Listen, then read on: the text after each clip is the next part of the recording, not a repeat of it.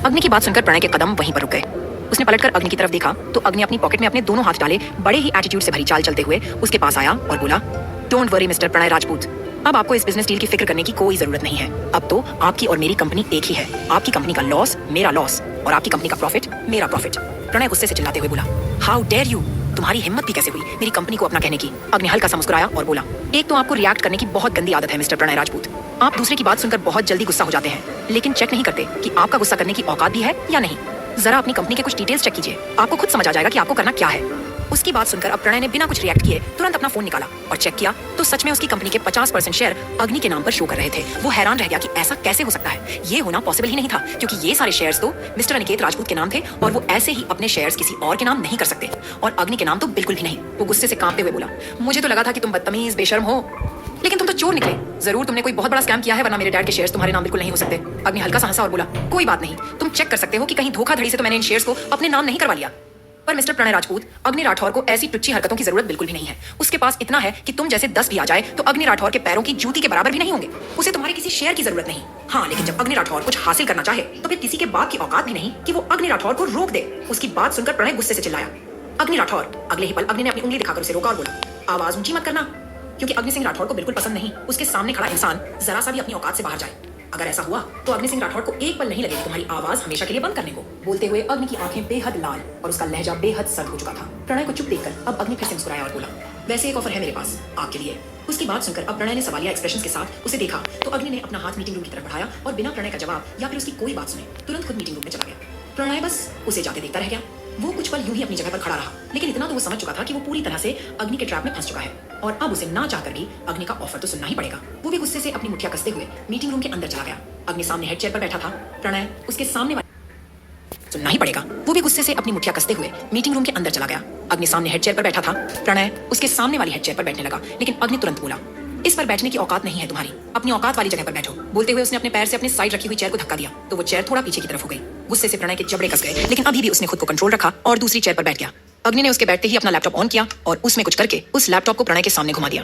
प्रणय हैरानी से लैपटॉप की तरफ देख रहा था। कुछ देर बाद चेहरे पर एक डेविल स्माइली अग्नि मीटिंग हॉल से बाहर निकला और मुस्कुराते हुए बोला, अब तुम काम में बिजी रहना मिस्टर प्रणय राजपूत, और मैं मेरे इश्क के साथ बिजी रहूंगा।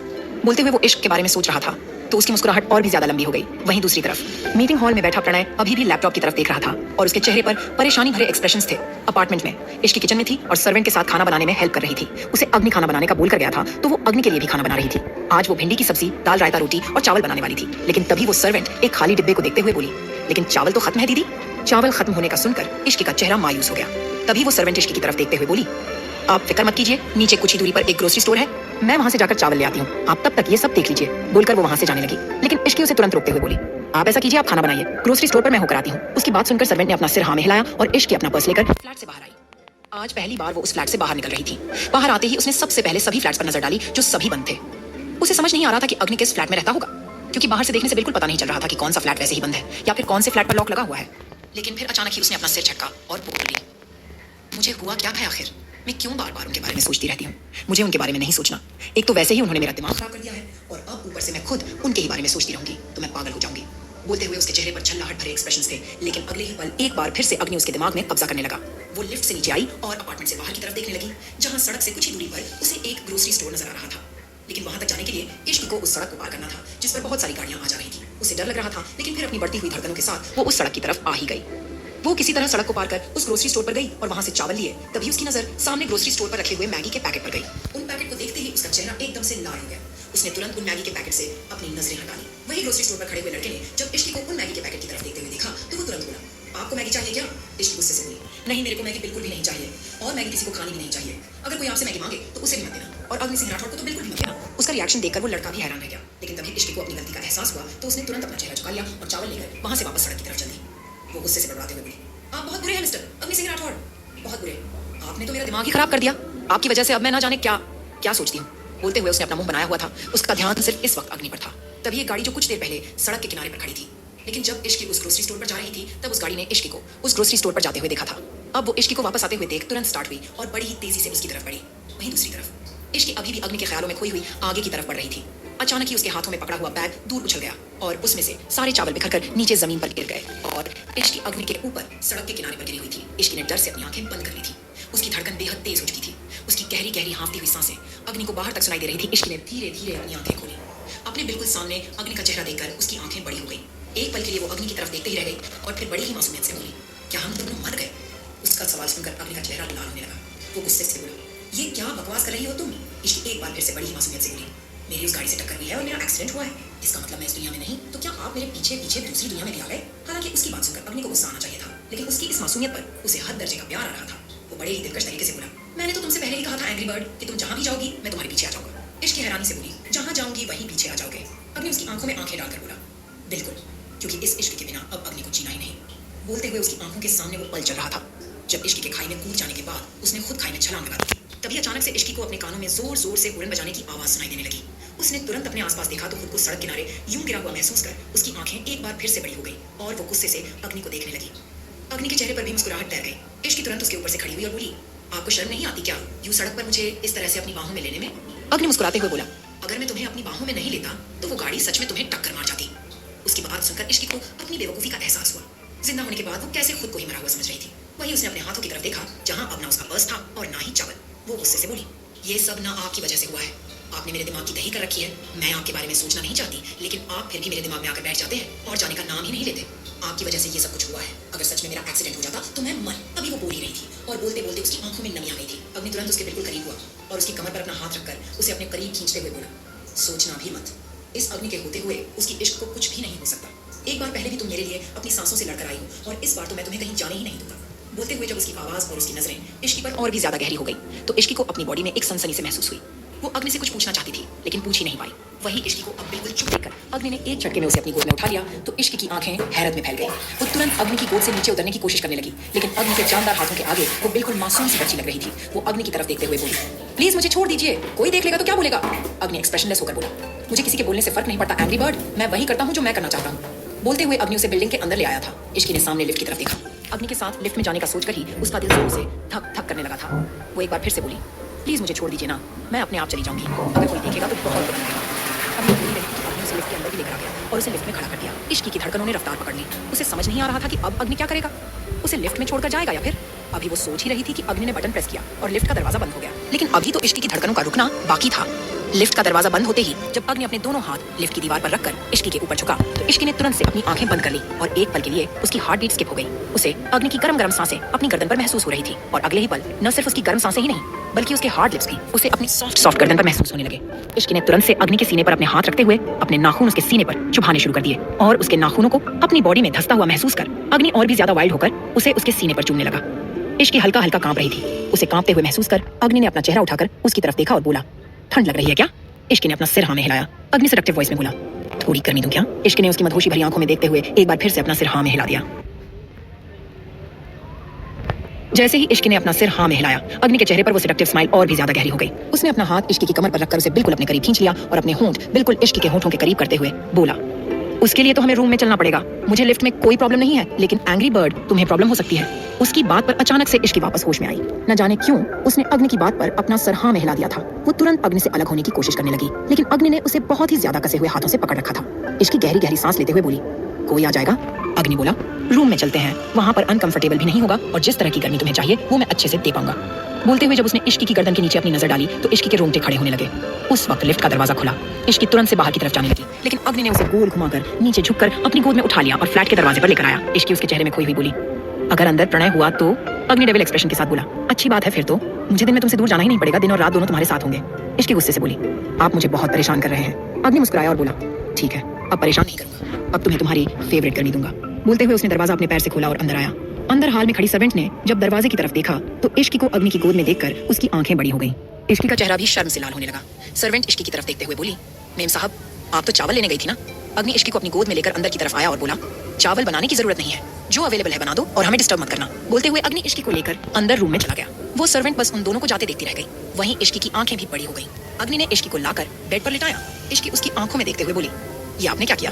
कोई सर्वेंट को ऐसे बोलता है क्या? वो क्या सोचेगी हमारे बारे में? अग्नि उसके ऊपर झुका और बोला, एंग्री बर्ड, एक तो ना तुम बहुत बदल गई हो, बात बात पर डरने लग गई हो। तुम्हें क्या फर्क पड़ता है कि वो सर्वेंट क्या सोचेगी और क्या नहीं?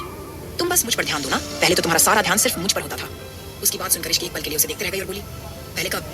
उसका सवाल सुनकर एक पल के लिए अग्नि भी चुप हो गया, लेकिन फिर अगले ही पल वो उसकी गर्दन पर झुका और बोला, पहले की बातें छोड़ो, अब की बात करो। बोलते हुए उसका हाथ इश्की की कमर पर चलने लगा तो इश्की की बॉडी हल्का हल्का कांपने लगी। वो अग्नि के सीने पर अपने हाथ रखकर उसे खुद से दूर करते हुए बोली, अब जाइए यहाँ से, रात को आइएगा। अग्नि ने उसे घूर कर देखा और बोला, लेकिन ठंड तो तुम्हें अब लग रही थी ना? इश्की मुंह बनाकर बोली, वो ठंड दूर हो गई, अब मुझे कोई गर्मी नहीं चाहिए। अग्नि तिरछी नजरों से देखते हुए बोला, अच्छा मुझे गर्म करके खुद बोलती हो, तुम्हें गर्मी नहीं चाहिए? आग तुमने मेरे अंदर लगाई है, जब तक उस आग को तुम्हारे अंदर नहीं लगा देता तब तक मैं यहाँ से कहीं नहीं जाऊंगा। बोलते हुए उसका हाथ इश्की के पेट पर आया और ऊपर की तरफ जाने लगा। उसकी ठंडी ठंडी उंगलियों को अपने पेट पर अंदर की तरफ महसूस कर इश्की की सांस और भी ज्यादा गहरी होने लगी और वो और भी ज्यादा कांपने लगी। वो बेहद मदहोशी भरी आवाज में बोली, प्लीज आप जाइए ना, मुझे सच में बहुत डर लग रहा है। रात की बात अलग है लेकिन दिन में ये सब। उसकी बातें सुनते हुए अग्नि के चेहरे पर मुस्कुराहट तैरने लगी थी। उसे ये देखकर मजा आ रहा था कि उसकी एंग्री बर्ड को उसके प्यार से कोई प्रॉब्लम नहीं है। वो चाहे उसे जितना मर्जी प्यार कर सकता है, लेकिन उसे प्रॉब्लम ये है कि प्यार उसे दिन में नहीं बल्कि रात को चाहिए। मतलब आज भी उसकी एंग्री बर्ड उसकी ही तरह वाइल्ड है। उसे अच्छे से याद था, भले ही अग्नि और इश्की के बीच कितनी भी लड़ाइयां और दूरियां क्यों ना हो, लेकिन जब भी दोनों एक दूसरे के करीब आए थे तो दोनों ही बहुत ज्यादा पैशनेट होते थे। अचानक ही इश्क के दर्द से चिल्लाई और गुस्से से अग्नि की तरफ देखने लगी, लेकिन अग्नि ने एक बार फिर से वो हरकत की जो अभी अभी उसने की थी। इश्क ने उसके हाथ पर अपना हाथ रखा और बोली, प्लीज मत कीजिए ना, बहुत दर्द होता है। अग्नि बेहद सिडक्टिव वॉइस में बोला, ये दर्द ही तो तुम्हें गर्मी देगा एंग्री बर्ड। बोलते हुए उसने अपने हाथ को एक बार फिर से हल्का सा दबाया तो इश्क की एक बार फिर से दर्द भरी आह निकली। अग्नि उसके सीने पर झुका और उसे चूमना शुरू कर दिया। कुछ ही पलों में कपड़े फटने की आवाज आई तो इश्क अग्नि की तरफ देखते हुए बोली, आपको और कोई काम नहीं है क्या? मेरे पास इतने कपड़े नहीं है। अग्नि ने उसे घूर कर देखा और बोला, यहाँ मैं पागल हो रहा हूँ और तुम्हें कपड़ों की पड़ी है एंग्री बर्ड, तुम्हारे लिए डिजाइनर स्टोर खुलवा दूंगा। इश्क मुंह बनाते हुए बोली, जिस तरह से आप बिना काम के घूमते रहते हैं ना, मुझे नहीं लगता कि आप मुझे एक साड़ी भी दिला पाएंगे। अग्नि हंसा और बोला, साड़ी की जरूरत ही किसे है? अच्छी अच्छी बिकिनी वेयर दिलाऊंगा, उनसे ही फुर्सत नहीं मिलेगी तुम्हें। जैसे ही उसने बिकिनी वेयर कहा, अचानक से ही इश्क की नजरें उस पर गहरी हो गई। वो हैरानी से अग्नि की तरफ देखते हुए बोली, बिकिनी वेयर क्या होता है? उसका सवाल सुनकर अग्नि की अचानक से ही हंसी छूट गई। उसकी एंग्री बर्ड को आज भी नहीं पता था कि बिकिनी वेयर क्या होता है। उसने इश्क के फटे हुए कपड़ों को उससे साइड किया और अपनी गहरी नजरें ऊपर और नीचे डालते हुए बोला, ये होता है बिकिनी वेयर। इश्क की आंखें हैरत में फैल गईं। उसने तुरंत अपना चेहरा घुमा लिया और बोली, कितने बेशर्म इंसान हैं आप। अग्नि हंसा और बोला, अगर मैं शर्म करूंगा तो मेरी एंग्री बर्ड क्या करेगी? जैसे ही उसने कहा, इश्क का चेहरा एक बार फिर से लाल होने लगा। अग्नि ने अपने सीने पर रखे हुए उसके हाथ अपने एक हाथ में पकड़कर ऊपर की तरफ लगा दिए और अपना दूसरा हाथ उसके सीने पर रखकर बोला, अब मुझे परेशान मत करना वरना तुम बहुत पछताओगी। इश्क उसे घूरते हुए बोली, आप मुझे धमकी दे रहे हैं? अग्नि गहरी नजरों से देखते हुए बोला, चुप हो रही हो या नहीं? इश्क मुंह बनाकर बोली, नहीं मैं चुप नहीं होंगी। अग्नि थोड़े सख्त लहजे में बोला, ठीक है तो अब जो होगा उसकी जिम्मेदार तुम खुद होगी। बोलकर उसने दूसरा हाथ भी ऊपर की तरफ कर दिया। इश्क की आंखें हैरत में फैल गईं क्योंकि अब वो अपने दोनों हाथों को हिला भी नहीं पा रही थी। अग्नि ने उसके हाथों को बांध दिया था। इश्क छिड़कर बोली, ये बहुत गलत कर रहे हैं आप, प्लीज मेरे हाथ खोल दीजिए। अग्नि हल्का सा मुस्कुराया और बोला, मैंने तुमसे कहा था एंग्री बर्ड, मुझे परेशान मत करो, लेकिन तुम नहीं मानी तो अब इसकी जिम्मेदार तुम खुद हो। बोलकर अग्नि इश्क के ऊपर पूरी तरह से झुका और अपनी गहरी नजरों से देखने लगा। इश्क को अजीब सा महसूस होने लगा, ना ही वो खुद को रोक पा रही थी। अगले पल अग्नि अपना हाथ उसके पैक पर लेकर गया और इश्क तुरंत बोली, प्लीज प्लीज प्लीज इसे मत उतारिए। लेकिन अग्नि ने उसकी एक नहीं सुनी और इश्क की बॉडी पर अपने होंठ रख दिए। इश्क की सांसें बेहद गहरी होने लगी। अग्नि लगातार उसे चूम रहा था और हल्का हल्का लव बाइट दे रहा था। अग्नि के होंठों को अपनी बॉडी पर इस तरह से चलते हुए महसूस कर इश्क के रोंगटे खड़े होने लगे। वो अपनी जगह पर लेटी हुई मचलने लगी, लेकिन वो चाहकर भी अब अग्नि को रोक नहीं पा रही थी। वही अग्नि ने अपने दोनों हाथ उसके ऊपर रखते हुए उसे अपनी गहरी नजरों से देखा। इश्क ने तुरंत अपना चेहरा घूम लिया। वो अग्नि से अपनी नजरें भी नहीं मिला पा रही थी। अग्नि ने अपने होठों को अपने दांतों तले दबाया और अपने हाथों पर और भी ज्यादा दबाव बनाने लगा तो इश्क का पूरा चेहरा लाल होने लगा। वो हल्की हल्की सिसकियां लेने लगी। उसके होंठ सूखे जा रहे थे। अग्नि उसके चेहरे पर झुका और साथ ही साथ अब उसे लिप किस भी करने लगा। इश्क उसे रोकने की बजाय खुद उसे रिस्पांस देने लगी। वो लगातार अग्नि के होठों को चूमने जा रही थी और अग्नि भी उसे पैशनेट होकर किस किए जा रहा था, लेकिन एक पल के लिए भी उसके हाथ नहीं रुके थे। इश्क की गर्म आहें उसके अंदर ही घुल रही थी। लगातार अग्नि उसे तकरीबन 10 मिनट यूं ही किस करता रहा और फिर उसके होठों को छोड़कर उसके सुर्ख लाल होठों को देखते हुए बोला, बेचैन हो रहा हूं मैं। उसकी बात सुनकर इश्क उसकी तरफ देख ही नहीं पाई। वो खुद इस वक्त समझ नहीं पा रही थी कि उसे क्या हो रहा है। वो अग्नि को एक बार भी रुकने के लिए नहीं कह पा रही थी। उसने अपना चेहरा दूसरी तरफ घुमा लिया, लेकिन अगले ही पल अग्नि ने उसके गाल पर अपना हाथ रखकर उसकी आंखों में देखा और बोला, अगर कोई तकलीफ दे दूं तो शिकायत करोगी? उसके सवाल पर इश्क की सांसों ने और भी ज्यादा शोर मचाना शुरू कर दिया, जो उसके सीने की तरफ देखते हुए साफ पता चल रहा था। एक बार फिर से इश्क ने अपना चेहरा घुमा लिया तो इस बार अग्नि उसके सीने पर झुका और धीरे धीरे उसके पेट पर जाकर उसके पेट को चूमने लगा। उसके तपते हुए होठों को अपने पेट पर महसूस कर इश्क के पैर ऊपर नीचे होने लगे। अग्नि ने उसके पैरों को अपने पैरों में उलझाया और बोला, मत पागल करो एंग्री बर्ड, बता रहा हूं तुम्हें, फिर बेशक से गुस्से हो जाना मना लूंगा तुम्हें, लेकिन खुद को नहीं रोक पाऊंगा। तुम जानती हो मुझे, मैं नहीं रोक पाता हूँ खुद को। उसकी बात सुनकर भी इश्क ने कोई जवाब नहीं दिया, बल्कि उसके पैरों से अपने पैरों को हटाते हुए एक बार फिर से अपने पैरों को ऊपर नीचे करना शुरू कर दिया। अग्नि ने उसके पेट को चूमते हुए ही उसके चेहरे की तरफ देखा। इश्क की बेहद मदहोशी भरी नजरों से देख रही थी। अगले ही पल अग्नि ने अपने होंठ उसकी कमर पर रखे और इश्क की पूरी बॉडी ही अंगड़ाइयां लेने लगी। उसे कुछ नीचे की तरफ सरकता हुआ महसूस हो रहा था। अग्नि वापस उसके ऊपर झुका और उसे चूमने लगा। इश्क ने एक गहरी सांस ली और अपना चेहरा हल्का सा ऊपर की तरफ उठा दिया। उसे अपनी पूरी बॉडी में एक करंट महसूस हो रहा था। वही अग्नि के हाथ उसकी कमर पर थे और वो पूरी तरह से इश्क में डूबा हुआ था। इश्क ने अपनी आंखें बंद की और उसे कुछ अजीब सा दिखाई देने लगा। एक तरफ अग्नि उसे अपने होठों से बेचैन कर रहा था तो दूसरी तरफ उसकी आंखों के सामने कुछ धुंधली धुंधली तस्वीर चल रही थी। तुम सिर्फ मेरी जरूरत हो, ये आवाज उसके कानों में गूंज रही थी। इश्क और भी ज्यादा मचलने लगी। वही अग्नि भी अब खुद पर कंट्रोल नहीं कर पा रहा था, लेकिन वो चीज भी नहीं करना चाहता था जो इस वक्त उसकी बॉडी चाहती थी। उसके हाथ उसकी शर्ट के बटन तक आए और वो अपने बटन को खोलने लगा, लेकिन फिर उसने अपना हाथ दूर झटक दिया। उसने इश्क की तरफ देखते हुए एक बार फिर से उसे चूमना शुरू कर दिया। तभी अचानक से इश्क चिल्लाई, मैं जरूरत मैं आपकी जरूरत नहीं, मैं आपकी जरूरत नहीं। बोलते हुए उसका चेहरा हद से ज्यादा लाल होने लगा। वही उसके मुंह से जरूरत शब्द सुनकर अग्नि के हाथ उस पर ढीले हो गए। वो तुरंत इश्क के चेहरे के पास आया। इश्क की आंख बंद थी और वो अपने चेहरे को इधर उधर हिलाते हुए बोल रही थी, नहीं, मैं आपकी जरूरत नहीं हूँ, मैं आपकी जरूरत, मुझे आपकी जरूरत नहीं बनना जरूर। अग्नि ने उसके गाल पर अपना हाथ रखा और बोला, अपनी आंखें खोलो एंग्री बर्ड, अपनी आंखें खोलो। नहीं हो तुम मेरी जरूरत, नहीं हो तुम मेरा इश्क हो, तुम मेरी जान हो, मेरा इश्क हो एंग्री बर्ड, अपनी आंखें खोलो। इश्क ने उसकी आवाज सुनकर भी अपनी आंखें नहीं खोली। अग्नि ने तुरंत उसके हाथों को खोला और ब्लैंकेट से उसे कवर करके उसे अपनी बाहों में समेट लिया। वो उसके चेहरे की तरफ देखते हुए बोला, कुछ नहीं कर रहा, मैं कुछ भी नहीं कर रहा, देखो मैंने खुद को रोक लिया। नहीं हो तुम मेरी जरूरत, अगर जरूरत होती तो नहीं रोकता ना खुद को, लेकिन तुम नहीं हो मेरी जरूरत, तुम मेरी इश्क हो। बोलते हुए अग्नि की आंखें भी बेहद लाल हो गई। इश्क ने अपनी आंखें खोलकर अग्नि की तरफ देखा। अग्नि ने जैसे ही इश्क की आंखों में देखा, उसकी आंखें बड़ी हो गई। बेहद लाल आंखें देखकर एक पल के लिए अग्नि खुद डर गया। इश्क की गुस्से से उसे देखते हुए बोली, दूर हटिए मुझसे। अग्नि कांपती हुई आवाज में बोला, क्यों एंग्री बर्ड, देखो मैं कुछ भी नहीं कर रहा, तुम्हें बिल्कुल परेशान नहीं कर रहा, प्लीज ऐसे मत करो, मुझे खुद से दूर जाने के लिए मत कहो। इश्क की जोर से चिल्लाई, मैंने कहा दूर हटिए मुझसे। बोलते हुए उसने अपना ब्लैंकेट अपने ऊपर से हटाया और अपने कपड़े समेटकर तुरंत वॉशरूम में भाग गई। उसने वॉशरूम का गेट अंदर से बंद किया। अग्नि जल्दी से वॉशरूम के गेट के बाहर आया और नॉक करके बोला, प्लीज एंग्री बर्ड, एक बार दरवाजा खोल दो, मैं समझाता हूँ तुम्हें, तुम प्लीज ज्यादा मत सोचो, तुम मेरी बात सुनो, मैं तुम्हें बताऊंगा, तुम नहीं हो मेरी जरूरत। इश्क प्लीज मेरी बात सुनो ना। अंदर से इश्क की चीखती हुई आवाज आई, नहीं हूं मैं आपकी इश्क हूं मैं इश्क। मुझे बार इश्क कहना बंद कीजिए और चले जाइए यहाँ से, मुझे आपसे कोई बात नहीं करनी, प्लीज चले जाइए यहाँ से। उसके मुंह से ये सुनकर कि वो इश्क नहीं इश्क है, अग्नि को ये तो समझ आ गया था कि उसे कुछ याद नहीं आया है। वो बस बेचैन हो गई है। ऐसे में अब वो उसे और ज्यादा परेशान नहीं करना चाहता था। वो बड़े ही प्यार से बोला, ठीक है एंग्री बर्ड, मैं जा रहा हूँ, लेकिन प्लीज तुम मुझसे नाराज मत होना, मुझसे गुस्सा मत होना। अगर तुम्हें मेरा करीब आना अच्छा नहीं लगता तो मैं तुम्हारे करीब नहीं आऊंगा, पर प्लीज तुम खुद को कोई तकलीफ मत देना। इश्क के गुस्से से चिल्लाई, आपको समझ में नहीं आता, मैं कह रही हूँ ना, चले जाइए यहाँ से। ये बोलकर वो गहरी सांस लेने लगी। सांस। इश्क वॉशरूम से बाहर आई। बाहर आते ही उसकी नजरें अग्नि को इधर उधर ढूंढ रही थी, लेकिन अग्नि रूम में नहीं था। वो अपने बेड पर आई और बेड से सिर लगाकर चुपचाप लेट गई। उसकी आंखों के सामने अग्नि का चेहरा घूम रहा था और अभी अग्नि और उसके बीच जो कुछ हुआ उसकी आंखों के सामने लगातार चल रहा था। देखते ही देखते उसकी आंखों में एक बार फिर से आंसू आ गए।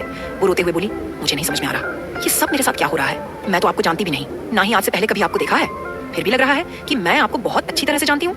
क्यों ऐसा लगता है कि हमारा पहले से ही कोई रिश्ता है?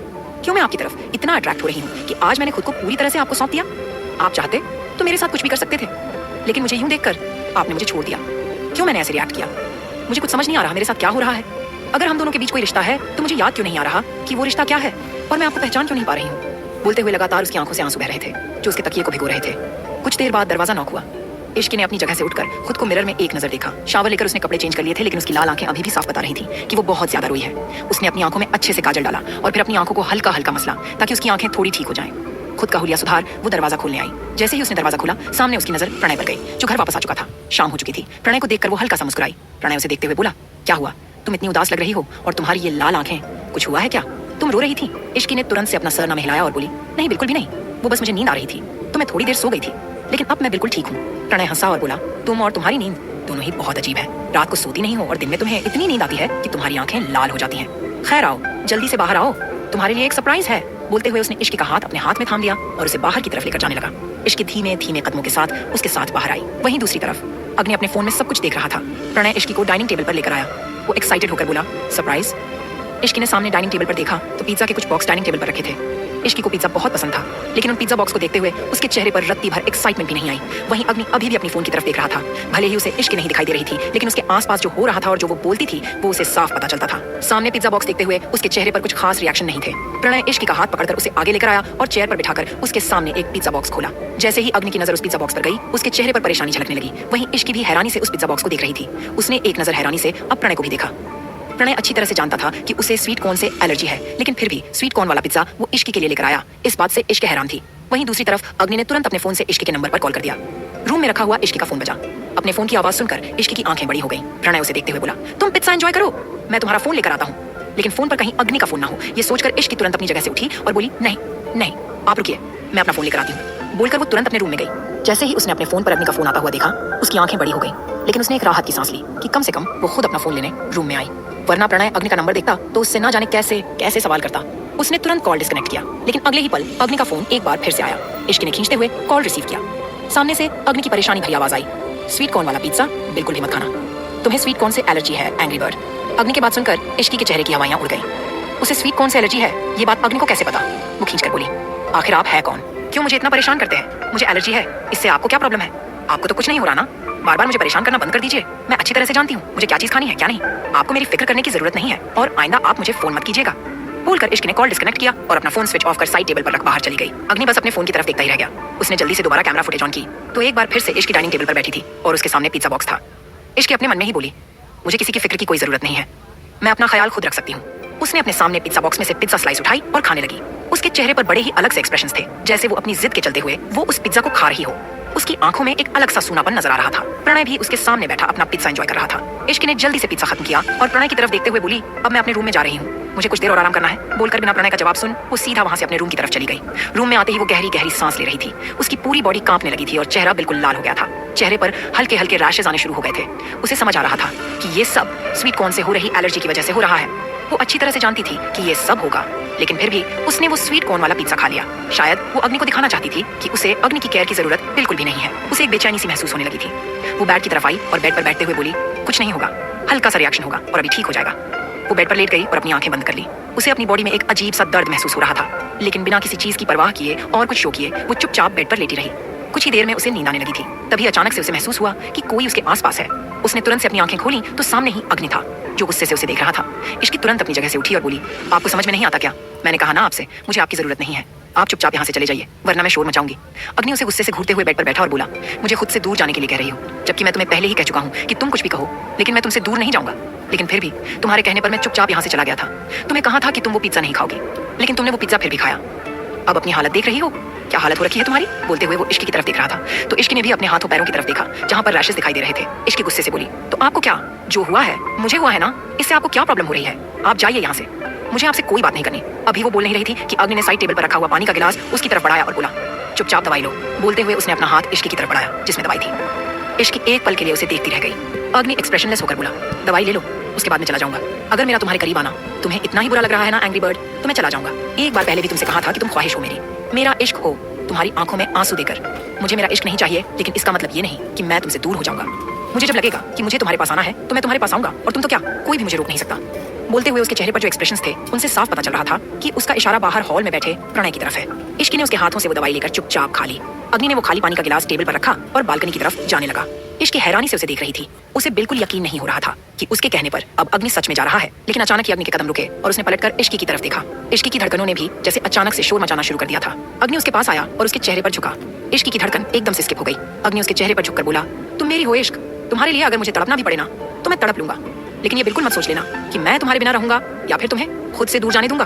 अगर मैं तुम्हारे लिए खुद पर कंट्रोल कर सकता हूँ ना, तो मैं तुम्हारे लिए कुछ भी कर सकता हूँ, कुछ भी मतलब कुछ भी। बोलकर उसने इश्क के माथे को चूमा और अब बिना और कुछ कहे तुरंत वहां से चला गया। इश्क बस उसे जाते देखती रह गई। अब तक वो अग्नि को खुद से दूर जाने के लिए कह रही थी, लेकिन अब ना जाने क्यों अग्नि के जाते ही उसे एक अजीब सी बेचैनी महसूस होने लगी थी। उसकी आंखों में नमी आ गई। उसके कानों में बार बार अग्नि के शब्द गूंज रहे थे, तुम मेरी हो इश्क, तुम मेरी हो इश्क। और इस इश्क से बेइंतहा इश्क है इस अग्नि को। उसने अपने सिर पर अपने दोनों हाथ रखे और बोली, मेरा सिर दर्द हो रहा है। आहा हा। वो रोते हुए दर्द से कराह रही थी। कब यूं ही दर्द से और बेचैनी से रोते रोते उसे नींद आ गई। उसे पता नहीं चला। रात के तकरीबन 10 बजे उसकी आंखें खुली जब प्रणय दरवाजा नॉक कर रहा था। वो पहले भी 2-3 बार दरवाजा नॉक करके चला गया था, लेकिन जब इश्की ने दरवाजा नहीं खोला तो उसने भी इश्की को ज्यादा डिस्टर्ब नहीं किया। लेकिन अब तो उसे इश्की की और भी ज्यादा फिक्र होने लगी थी। अचानक उसे याद आया कि इश्की को स्वीट कॉर्न से एलर्जी है, लेकिन उसने तो स्वीट कॉर्न वाला पिज्जा खा लिया। इसीलिए अब वो इश्की का दरवाजा और भी ज्यादा जोर से नॉक रहा था। दरवाजा नॉक होने की आवाज सुनकर इश्की ने आकर दरवाजा खोल सामने प्रणय को देखकर वो गुस्से से बोली, आप मुझे अकेला क्यों नहीं छोड़ देते? मैंने जब एक बार कह दिया ना कि मुझे आपसे कोई बात नहीं करनी, तो आप बार बार मुझे क्यों परेशान कर रहे हैं? इश्क की बात सुनकर प्रणय बस हैरानी से उसे देखता रहा। वहीं जब इश्क को महसूस हुआ कि सामने अग्नि नहीं प्रणय है, तो उसे अपनी गलती का एहसास हुआ। ना जाने क्यों उसे ऐसा लगा जैसे दरवाजे पर प्रणय नहीं अग्नि होगा। उसे एक बार फिर से बेचैनी सी महसूस होने लगी थी। प्रणय ने उसके कंधे पर अपना हाथ रखा और बोला, तुम ठीक तो हो ना लव? मैंने गलती से तुम्हें स्वीट कॉर्न वाला पिज्जा खिला दिया। बोलते हुए उसकी नजर जब इश्क पर गई तो वो हैरान था, क्योंकि उस पर एलर्जी जैसा कुछ लग नहीं रहा था। इश्क मुंह बनाकर बोली, मैं बिल्कुल ठीक हूँ, आपको फिक्र करने की जरूरत नहीं है। प्रणय परेशान होकर बोला, क्या हो रहा है इश्क? मैं 2-3 दिनों से नोटिस कर रहा हूँ, तुम बहुत अजीब बिहेव कर रही हो। ऐसा भी क्या हुआ है जो तुम इतना ज्यादा गुस्सा होने लगी हो और इस तरह से चिढ़कर बातें कर रही हो मुझसे? बताओ ना, आखिर प्रॉब्लम क्या है? इश्क फ्रस्ट्रेटेड होते हुए बोली, मुझे खुद नहीं पता क्या प्रॉब्लम है, बस प्लीज आप मुझे अकेला छोड़ दीजिए। प्रणय तुरंत बोला, ठीक है अकेला छोड़ दूंगा, लेकिन प्लीज पहले खाना खा लो। इश्क गुस्से से बोली, मुझे कुछ भी नहीं खाना, बस प्लीज मुझे डिस्टर्ब मत करिए। बोलकर उसने तुरंत दरवाजा बंद कर दिया और औंधे मुंह जाकर बेड पर लेट गई। उसकी आंखों से एक बार फिर से आंसू बहने लगे थे। उसने खुद अग्नि को खुद से दूर भेजा था, लेकिन अब जब अग्नि उसके पास नहीं था तो उसे बहुत अजीब सा लग रहा था। अपने आंसू साफ करते हुए वो अपनी जगह से उठी और साइड टेबल पर रखा हुआ अपना फोन स्विच ऑन किया, लेकिन उस पर ना ही अग्नि का कोई कॉल था और ना ही मैसेज। एक बार फिर से वो बेड पर लेट गई और ना जाने कब तक रोती रही। आज तक उसे ऐसा कभी महसूस नहीं हुआ था जो अब हो रहा था। वहीं दूसरी तरफ अग्नि अपने कमरे में था और लगातार इश्क का रोना उसे सुनाई दे रहा था। जब जब इश्क रोते हुए खुद से ही बातें करती तो उसे वो भी सुनाई देता। एक पल के लिए भी उसने अपनी नजरें अपने फोन से नहीं हटाई थी। उसके हाथों में जलती हुई सिगरेट थी और गुस्से से उसका चेहरा लाल था, लेकिन वो गुस्सा किसी और पर नहीं बल्कि खुद पर ही आ रहा था। वो अपने फोन की तरफ देखते हुए बोला, मैंने तुम्हारे लिए तुम्हें अकेला छोड़ा इश्क, लेकिन मैं तुम्हें यूं नहीं देख सकता। अगर मुझे तुम्हें सारा सच बताना भी पड़े तो मैं तुम्हें सारा सच बता दूंगा, लेकिन मैं तुमसे दूर नहीं रह सकता। ये जानकर कि तुम भी मेरे लिए तड़प रही हो, मैं तुम्हें यूं तड़पना नहीं देख सकता। एक बार पहले भी तुम्हें अपने लिए बहुत तड़पाया है और अब दोबारा नहीं, बिल्कुल भी नहीं। बोलते हुए उसका चेहरा कांप रहा था और उसकी आंखें बेहद लाल थी, जो साफ बता रही थी कि उसने बहुत ज्यादा ड्रिंक की हुई है। इस वक्त वो उसी अपार्टमेंट में था जहां पर इश्क रह रही थी और वो इश्क के साथ वाले फ्लैट में ही था। वो अपनी बालकनी में आया और अपनी बालकनी से कूदकर इश्क की बालकनी में आ गया। बालकनी में खड़े होकर उसने अंदर बेड पर लेटी हुई इश्क की तरफ देखा। अंधेरा होने की वजह से उसे कुछ साफ नहीं दिखाई दे रहा था, लेकिन डिम लाइट में उसे इश्क का चेहरा जरूर दिखाई दे रहा था। अपनी मदहोशी भरी नजरों से उसे देखते हुए वो इश्क के पास आया। उसके कदमों की आहट महसूस कर ही इश्क अपनी जगह से उठकर बैठ गई। उसका दिल जोरों से धक धक करने लगा था। वो उसकी तरफ देखते हुए बोली, आप यहाँ पर? आपने तो कहा था कि आप मेरे पास नहीं आएंगे, तो फिर अब क्यों आए हैं? अग्नि हल्का सा मुस्कुराया और उसके बिल्कुल करीब होकर बैठ गया। इश्क कुछ कहती उससे पहले ही अब अग्नि ने उसकी कमर पर अपने दोनों हाथ रखकर उसे अपनी गोद में खींच लिया और उसकी पीठ पर अपना हाथ रखकर बड़ी भी मदहोशी भरी नजरों से देखते हुए बोला, तुम्हारे पास तो आना ही था एंग्री बर्ड। मैं जानता हूँ तुम मुझे गुस्सा दिखा रही हो, लेकिन अंदर ही अंदर तुम मेरे लिए कितना तड़प रही हो मैं जानता हूँ, क्योंकि भले ही तुम्हें कुछ याद ना हो, लेकिन तुम्हारा दिल तो अभी भी मेरे लिए धड़क रहा है। इस दिल में तो अभी भी अग्नि है, तुम्हारा मिस्टर फायर, जिसे तुम बेइंतहा इश्क करती थी और अब भी करती हो और हमेशा करती रहोगी। इश्क उसे देखते हुए बोली, मैं आपसे कोई इश्क नहीं करती, मैं तो आपको जानती।